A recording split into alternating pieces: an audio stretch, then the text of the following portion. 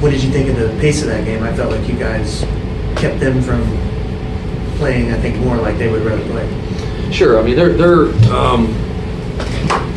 I compare them in relative terms offensively to the Golden State Warriors at times. I mean, they are phenomenal at sharing the ball and playing fast, and they got great shooters, and so that they spread you out. So obviously, we wanted to dictate the tempo, and the best way to do that is on our offense and taking great shots and limiting our turnovers and just taking the pace a little bit down there so we can get back and transition defense. They got us a couple times in transition, but for the most part, I definitely thought we had the pace where we wanted it.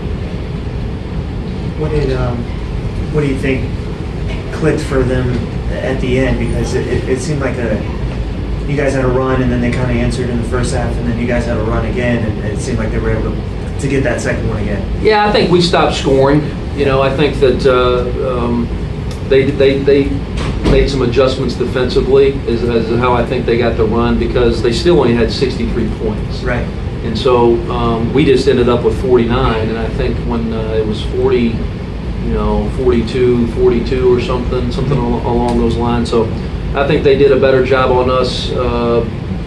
We were driving them, we were getting by them pretty good there, and I think they did a good job making some adjustments defensively, and they actually converted a couple of those defensive turnover stops to easy buckets. And so I just think that's how it got turned around there. Coach, the Asheville announcer Saturday lovingly, I think, called your team a pain. If you look at the team tonight, great effort despite the result, and out-rebounded them too. You're not having to coach effort at this point. What do you think of their effort? I'm proud of our guys, okay, and I didn't know that. I take that as a compliment, but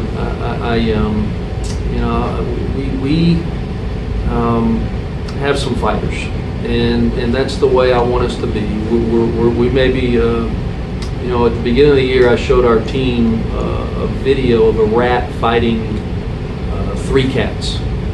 And I told our team that, what do you see? And they said, we see something small, we see something very ugly, but we see something fighting.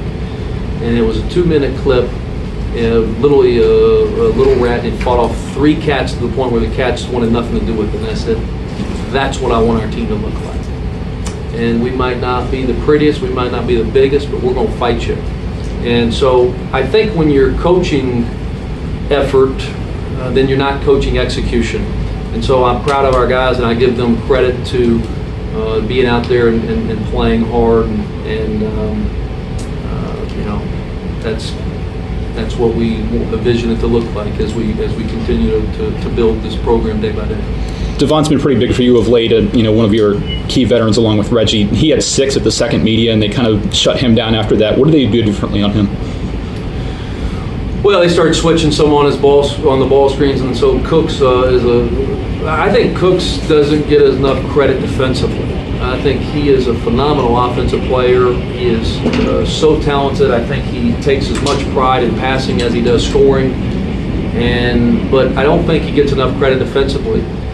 He is incredibly long. He makes shots difficult. He affects shots. And so they started switching on some to Devon with him, and I think it created some problems just with his size and length. He's able to recover very well.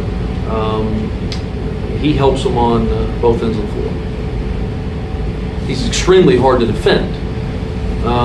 But you spend a lot of time trying to figure out a way to defend him, but you also got to figure out a way to try to score with Cooks on the floor. And so we were trying to create some switches and get him out of the way because he finds a way, his presence defensively affects shots. They kind of gum the game up, and you guys weren't able to play like you want to play, but how good does it feel in retrospect to get a win in a game where you weren't at your best? Obviously, any win against anybody is good. PC's a good team. They definitely did a good job of slowing us down. But I think once we started getting more stops, especially in the second half after they made their run, we got out and ran. That's a really good one. How valuable did that run at the end feel, because knowing that there weren't a lot of points in that game, the way both teams were playing? Pretty good. We struggled. I think we scored like 2 points in the first 11 minutes of the second half. And then to finally get our offense going and being able to run in transition, felt pretty good. Yeah.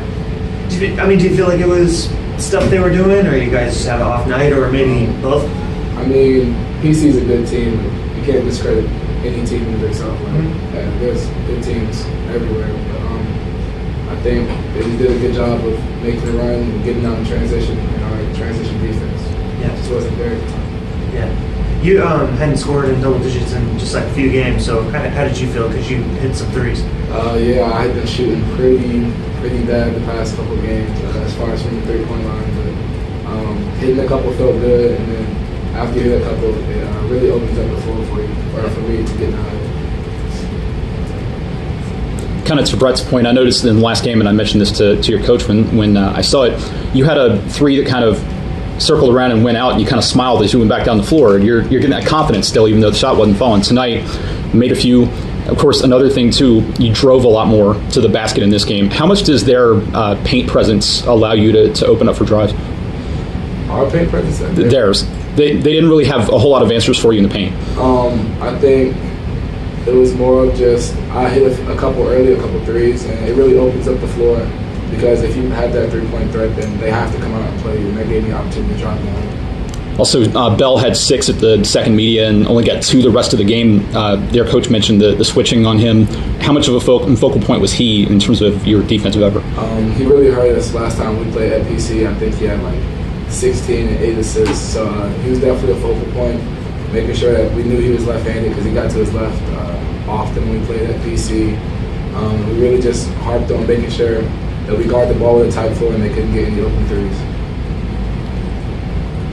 Can you just talk about what this season has been like for you, coming off the shoulder and then, all of a sudden you're in the starting lineup and now, kind of been that, number 2 guy, especially in conference? It's been a journey. I had labrum surgery in May, and I didn't have my first team practice until early November.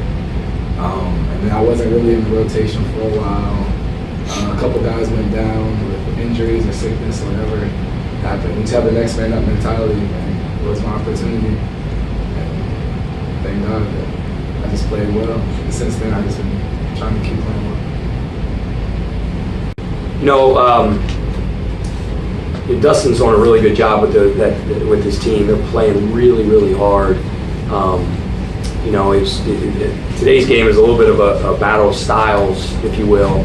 We're whatever we are, 23rd, 24th in the country, or 30th in pace, whatever, and they're in the 300s, and that's the style that they have to play right now to give its team a chance to win. I give them a lot of credit because the system that they've implemented is hard to prepare for.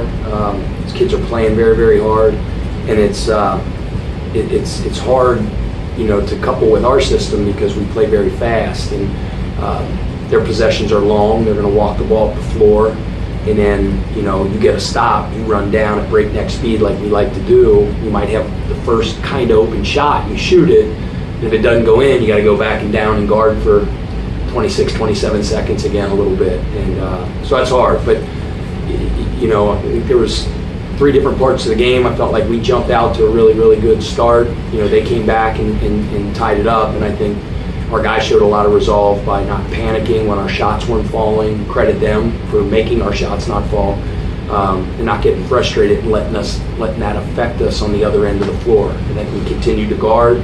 I think the numbers speak to that. We held them to a good percentage. A lot of their points come from threes, and we held them to a low percentage from the 3-point line. And we got out rebounded for the first time in a while in a game that we won. So it'll give me something to yell about tomorrow, which is always fun. But I think our guys really guarded, despite not having our best offensive game. And like I said, credit them for that. You have to feel good that those are games that you win when you don't necessarily get the freedom to play the way you want to play. I think that shows maybe some maturity or veteranness. I think so. I think that was a critical point when they made that run and tied it up or actually took the lead. And we went on that 7-0 run and answered and came out of that timeout of that media and strung together a couple stops in a row. So I think that showed some maturity on our guys' part. But I told those guys it was going to be a muddy type of game. They wanted to muddy it up. They're very physical. Their possessions are long, like I said, and you just got to continue to grind throughout the game and not get frustrated. Continue to try to play our game. I mentioned to Dustin that the Asheville announcers had called his team a pain, I think lovingly so. Seeing that team and seeing the way that they try to basically take the air out of the basketball. You started the second half 1 out of 11, and then you mentioned that second or third media, whenever it was, and you came out and had a couple stops strung together. Did the players take over at that point? Because I know you mentioned the players kind of taking over in a couple of huddles and showing that maturity. I don't know if it was something specific that they said, but the coaches, the assistants were continuing to tell them, we mentioned to them in the half, like, don't let your offense affect your defense. You continue to be tough and nasty and guard the ball, because they make it hard. They put you on an island and they try to drive you, and they have some bigger guards, try to shoot over the top of you. And you got to maintain your discipline of guarding the ball and not going all in your gaps to give up those spray threes. And at that point, when we were frustrated, 1 for 11, they went on a run, went up by 2. We continued to guard, and then eventually went on a little bit of run. When we say it was kind of a tractor pull a little bit offensively, you still look down and we shot 46% from the field and still made 10 threes, which is pretty good. We're a pretty efficient and pretty explosive offensive team. As long as we guard like that and give that type of effort, good things are going to continue to happen. But they're a pain to play against because they force you to play a different style than you're used to, and to guard for extended periods of time. I don't know if you went back and timed it like football does, time of possession and things like that. I'd be curious to see what that is, but I would say they probably won that time possession battle.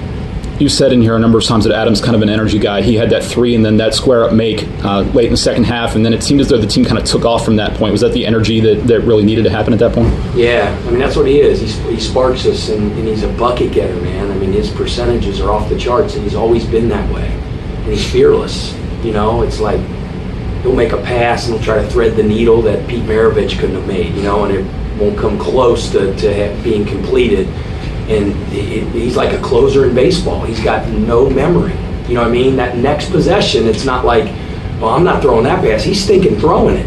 He is. He's got a closer mentality, short memory. And, it makes me lose my hair quicker than it already is, but that's the fearlessness with which he plays. Like, we've been telling him to stop shooting those right-handed floaters in the lane. And he knows it. He's a good kid. Yes, coach, I'm going to stop doing it. He can't help himself. He drives down the middle during that 7-0 run that he went on, and sure enough, shoots a right-handed floater from 7 feet. All net. But then he looks over at you and winks. It's just how he is. There's not a nicer kid in the world than Adam. He's unbelievably coachable. I keep saying I'm so proud of him because he didn't get discouraged when he didn't play for 2 stinking years. And freshmen passed him by when he had a shoulder injury in the offseason. He was ready when his name was called, and he's turned into a really, really, really important piece to our puzzle here with some of our guys that have gone down. You've also mentioned guys that give you nightmares at times. I would imagine Bell's one of those guys, a guy that's a veteran scorer, and he's been hot for them lately. He had 6 at the second media, and he finished with only 8. Dustin mentioned the switching on him and some of the defensive effort on him. Any thoughts on the defense on him? Yeah, he's hard to guard because he's a paint toucher. Like, he is a downhill cat. Like, he's hard to keep out of the lane. And he darts in there in transition, and then in the open court, if he sees a sliver of light, darts in there, and he's got that crazy quick spin, and he's hard to keep in front of. So we just try to do our best and try to keep him in crowds, but he's also leading the league in assists too. So if you go all in and trying to contain his penetration, that's when he gives up those straight threes. So I credit our guys for carrying that out. We worked on it in the last couple of days, and they did a good job.